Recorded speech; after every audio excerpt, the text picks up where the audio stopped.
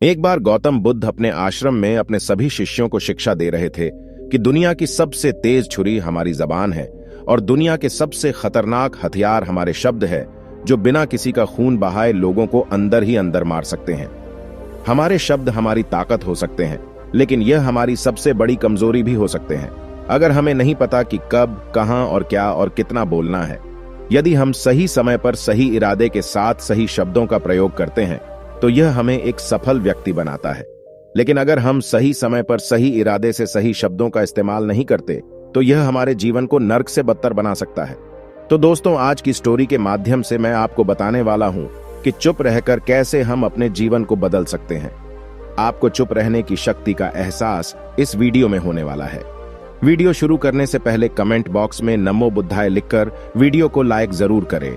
तो चलिए शुरू करते हैं इस कहानी को। जापान में एक बहुत ही प्रसिद्ध बौद्ध भिक्षुक रहा करते थे। उनका नाम रिसाई था। रिसाई अकेले रहते थे। दुनिया के शोर शराबे से दूर जंगल में वो रहते थे और वह बड़े ही ध्यानी और प्रभु भक्त व्यक्ति थे, इसलिए वह पूरे जापान में बहुत अधिक प्रसिद्ध थे। एक दिन एक राजकुमार रिसाई के पास आया और बोला, हे प्रिय भिक्षु, मैं हमेशा थका हुआ, निराश और परेशान महसूस करता हूं। मेरा मन बहुत अशांत रहता है। हालांकि मेरे पास सब कुछ है, दौलत, शोहरत, सुख सुविधाएं जो हर व्यक्ति चाहता है या पाने की इच्छा करता है, लेकिन फिर भी मेरे अंदर इतनी अशांति और चिंता क्यों है? रिसाई ने उसकी बात बहुत ही ध्यानपूर्वक सुनी और कुछ सोचने के बाद कहा, तुम इस प्रश्न का उत्तर जानते हो, बस तुमने कभी इस प्रश्न को हल करने की कोशिश नहीं की है। रिसाई ने आगे कहा, मैं एक रिसर्च करना चाहता हूं, क्या तुम मेरा साथ उसमें दोगे? इस रिसर्च के बाद तुम्हारे जीवन में किसी भी तरह की अशांति और चिंता नहीं रहेगी। ये बातें सुनकर राजकुमार बहुत हैरान था। उसने रिसाई से कहा, बताइए, मुझे क्या करना होगा? अपने मन की शांति के लिए मैं कुछ भी करने को तैयार हूं। राजकुमार की इन्हीं बातों को सुनकर भिक्षु ने कहा, तो फिर आप अगले 15 दिन के लिए मेरे आश्रम में रहोगे और एक सामान्य व्यक्ति की तरह अपना जीवन व्यतीत करोगे, और इन 15 दिनों में तुम अकेले और चुपचाप रहोगे, जितना हो सके कम बोलोगे। राजकुमार उस भिक्षु की बातें सुनकर सहमत हो गया। पहले दिन राजकुमार को लगा कि उसका मन सामान्य से अधिक अशांत और विचलित है। उसके मन में तरह तरह के विचार आ रहे हैं और वह आम लोगों की तरह जीवन जीने में असहज महसूस कर रहा है। उसे अंदर से बोलने की इच्छा हो रही थी, लेकिन वह चुपचाप रहा। उसके मुंह से एक भी शब्द नहीं निकला, बस वह चुपचाप बैठा रहता। लेकिन रात होते होते उसे अंदर ही अंदर शांति का अनुभव होने लगा। उसके लिए यह अनुभव अजीब था। वह खुद से पूछ रहा था कि वह अंदर ही अंदर इतना खुश क्यों है और उसकी आंतरिक बेचैनी और चिंता कम क्यों होने लगी है। अगले दिन राजकुमार अकेला चुपचाप बैठा रहा और वह प्रकृति को निहार रहा। वह पौधों को, फूलों को, आकाश में उड़ रहे पक्षियों को, वह अपने जीवन में पहली बार यह अद्भुत दृश्य महसूस कर रहा था कि उसके पास कितनी सुंदरता है। वह दिन भर प्रकृति की सुंदरता को निहारता रहता और उसकी ताजगी को महसूस करता रहता। इसी तरह से 10 दिन बीत गए और उसके मन की सारी बेचैनी, सारी हलचल, सारी उथल पुथल और सारा तनाव गायब हो गया। 11वें दिन की सुबह राजकुमार फिर से एकांत में बैठ गया और कुछ ही मिनटों में उसकी आंखें अपने आप बंद हो गईं और वह गहरे ध्यान में चला गया। वह पूरे दिन वहीं पर आंखें बंद करके बैठा रहा और गहरे ध्यान में डूबा रहा। ना कोई शब्द, ना कोई चिंता। राजकुमार भीतर से असीम शांति और आनंद से भर गया। राजकुमार अपने बाकी के 4 दिन इसी तरह गहरे ध्यान में व्यतीत करने के बाद 15 दिन बाद रिसाई के सामने प्रस्तुत हुआ और रिसाई को प्रणाम करके बोला, प्रिय भिक्षु, मुझे उत्तर मिल गया कि मेरे मन में इतनी उथल पुथल और चिंता क्यों थी। मैं जान गया कि मेरा मन इतना अशांत और विचलित क्यों था। रिसाई मुस्कुराते हुए पूछा, बताओ, क्या उत्तर मिला तुम्हें? राजकुमार ने कहा, मैं आवश्यकता से अधिक बातें करता था। मैं किसी पर भी अपने शब्द और ऊर्जा व्यर्थ करता था। मैं दिन भर अपने लोगों से फालतू की बातें करता रहता और फिर उन्हीं के बारे में अकेले में सोचता रहता और ज्यादातर समय नकारात्मक ही सोचता रहता। इस तरह मैं बस अपना समय बर्बाद कर रहा था। ज्यादा बोलने और नकारात्मक सोचने की वजह से मेरा मन अशांत और बेचैन हो गया था और इसी वजह से मैं किसी भी काम को ठीक से नहीं कर पा रहा था, जिसकी वजह से मैं हर काम में असफल होने लगा। और फिर इन्हीं लगातार मिलने वाली असफलताओं की वजह से ही मैं और भी उदास और चिड़चिड़ा हो गया। इन्हीं सभी चीजों की वजह से मेरा जीवन नष्ट हो रहा था। लेकिन यहां पर बिताए हुए 15 दिन मेरे लिए पूरी तरह से अलग थे। मुझे कुछ अलग ही एहसास यहां पर हो रहा था। अब मुझे ऐसा लग रहा है मैं अपना जीवन पूरी तरह से जी रहा हूं, लेकिन इससे पहले मैं अपना जीवन गलत तरीके से जी रहा था। और मैंने यह भी सीखा कि हमें सिर्फ ध्यान करने की जरूरत नहीं है। ध्यान अपने आप होता है जब हम इस शांत और मौन होते हैं। ध्यान के पिछले कुछ दिनों के दौरान मैंने जो पहली चीज सीखी वह यह है कि मनुष्य के जीवन के सबसे महत्वपूर्ण घटना स्वयं को जानना है। यह सुनकर रिसाई ने कहा, सिर्फ तुम ही नहीं, दुनिया में ज्यादातर लोग जरूरत से ज्यादा बोलते हैं। आज भी लोग ज्यादातर समय केवल एक दूसरे को नीचा दिखाने के लिए ही बोलते हैं। कुछ लोग ना चाहते हुए भी बातें करते हैं और अपना जीवन बर्बाद कर लेते हैं। रिसाई ने राजकुमार को चुप रहने का महत्व समझाते हुए कहा।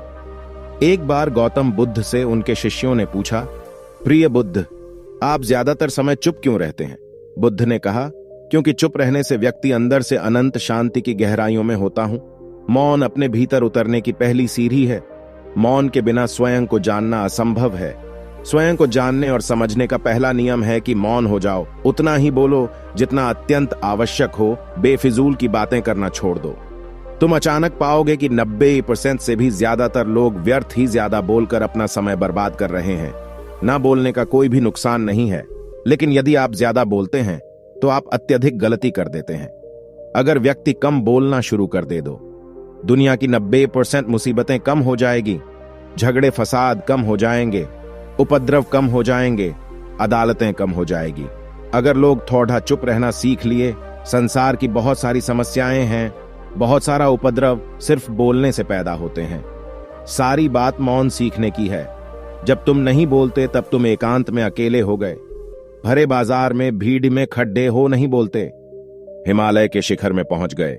जिसने मौन की कला जान ली वो भीड़ डाब में भी अकेले होने की कला जान लेता है।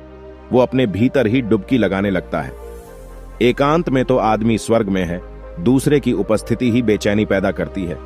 पहले तुम्हें चुप रहने की शक्ति को धारण करना होगा। इससे तुम अधिकतर ऊर्जा को बचा लोगे और फिर इस स्थिति में पहुंच जाओगे कि तुम कम बोलने लगोगे।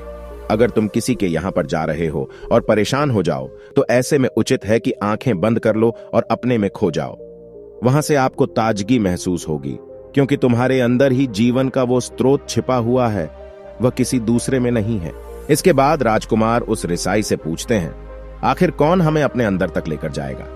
ये बातें सुनकर रिसाई बुद्ध कहते हैं, तुम्हें स्वयं ही अपने अंदर उतरना होगा और वहीं से परम राज्य जीवन का आनंद ले पाओगे।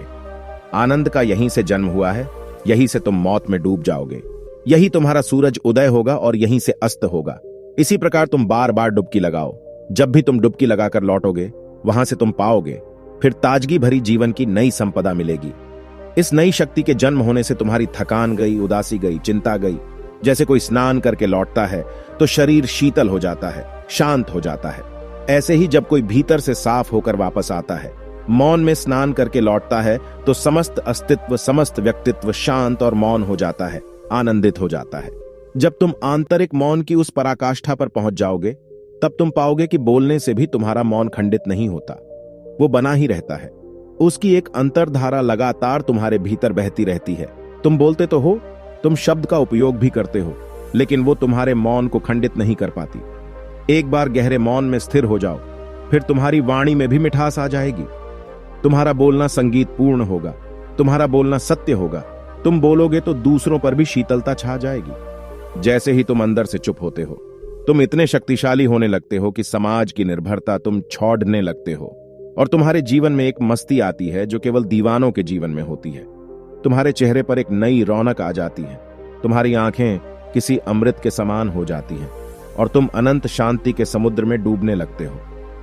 इतना कहकर भिक्षु रिझाई ने अपनी बात खत्म की और वो मौन में चले गए। राजकुमार उनका धन्यवाद कर अपने महल में चला गया। दोस्तों, आपने भी अनुभव किया होगा कि बहुत ज्यादा बात करने से दिमाग अशांत हो जाता है, जिससे हम अपने दिमाग पर नियंत्रण खो देते हैं और साथ ही अपना ध्यान भी खो देते हैं। जो लोग बहुत ज्यादा बोलते हैं उनके पास किसी एक काम पर ध्यान केंद्रित करने की काबिलियत नहीं होती। वो अपने किसी भी लक्ष्य पर पूरी तरह से केंद्रित नहीं कर पाते। अगर हमारा दिमाग एक जगह केंद्रित नहीं है तो हम जीवन की सच्चाई नहीं समझ पाते और ना ही मनचाही सफलता कभी हासिल कर पाएंगे। इसके अलावा भी आपने देखा होगा कि जो लोग अधिक बोलते हैं वो अक्सर लोगों के बीच हंसी का पात्र बन जाते हैं और जो लोग कम बोलते हैं और अपनी बात पर कायम रहते हैं, उन्हें लोगों से सम्मान मिलता है। लोग उनकी बातों को सुनते हैं और उन पर भरोसा भी करते हैं। जो लोग जरूरत से अधिक बोलते हैं और अपने विचारों के बारे में पक्के नहीं होते, उनका दिमाग स्थिर और विचलित रहता है, शोर से भरा रहता है। और एक अशांत दिमाग वाला व्यक्ति जीवन में किसी भी चीज में सफल नहीं हो पाता, क्योंकि वह किसी भी काम में फोकस नहीं कर पाता। यदि किसी व्यक्ति को यह पता है कि उसे कब, कहां और क्या बोलना है, तो वह व्यक्ति सच में बहुत बुद्धिमान है। और ऐसा व्यक्ति जहां भी जाता है, उसका व्यक्तित्व आकर्षण का केंद्र बन जाता है और वह जो कुछ भी करता है उसमें सफल अवश्य होता है। अगर हम किसी महान और सफल व्यक्ति के व्यक्तित्व को गहराई से देखें तो पाएंगे कि वो कम बोलते हैं और कम से कम शब्दों में अपनी बात खत्म कर देते हैं। वो बोलने से पहले वो चीजों और जिसके बारे में उसे बोलना है उनके बारे में गहराई से सोचते हैं। लेकिन जो लोग बहुत ज्यादा बोलते हैं, बहुत बार वो झूठ भी बोलते हैं और अपनी बातों से दूसरों के मन और विचारों पर कचरा डालते रहते हैं। वह ज्यादातर समय दूसरों की बुराई करते रहते हैं, इसलिए उनके अपने भी उनसे नफरत करने लगते हैं और उनसे बचने की कोशिश करते हैं। हमारे भारतीय उपनिषदों में कहा गया है कि हमारे शब्द वास्तविक ब्रह्म शक्ति हैं। मौन से धैर्य आता है, धैर्य से ध्यान और ध्यान से हम अपने जीवन के बारे में जागरूक हो जाते हैं। इसलिए अगर हम ज्यादा बात करते हैं तो हम मौन को खो देते हैं, जो मन की शांति का पहला स्तंभ है। दोस्तों, आज से हम भी चुप रहने का अभ्यास अवश्य करेंगे। आज से हम भी वही बोलेंगे जो जरूरी है और हम कोशिश करेंगे कि कम से कम शब्दों में अपनी बात खत्म करें। और हो सके तो कोशिश करेंगे कि रोज कम से कम 30 मिनट एकांत में चुपचाप बैठेंगे। और मुझे पूरा विश्वास है कि इससे हम सबके अंदर एक सकारात्मक बदलाव जरूर आएगा। इसी के साथ इस वीडियो को खत्म करते हैं। दोस्तों, उम्मीद करता हूं आपको इस कहानी से एक अच्छी सीख मिली होगी। ये कहानी आपको कैसी लगी हमें कमेंट बॉक्स में कमेंट करके जरूर बताएं और इस वीडियो को लाइक भी जरूर करें और साथ ही इस वीडियो को अपने दोस्तों के साथ जरूर शेयर करें ताकि उन्हें भी इस कहानी से कुछ सीखने को मिल सके। ऐसी ही प्रेरणादायक और बुद्धा स्टोरी सुनने के लिए हमारे चैनल बुद्धा स्टोरीज को सब्सक्राइब करके बेल आइकन को जरूर दबा दें ताकि आने वाली अगली वीडियो की नोटिफिकेशन आपको मिल सके। इस वीडियो में बस इतना ही। मिलते हैं अगली वीडियो में। जब तक अपना ख्याल रखिएगा। धन्यवाद।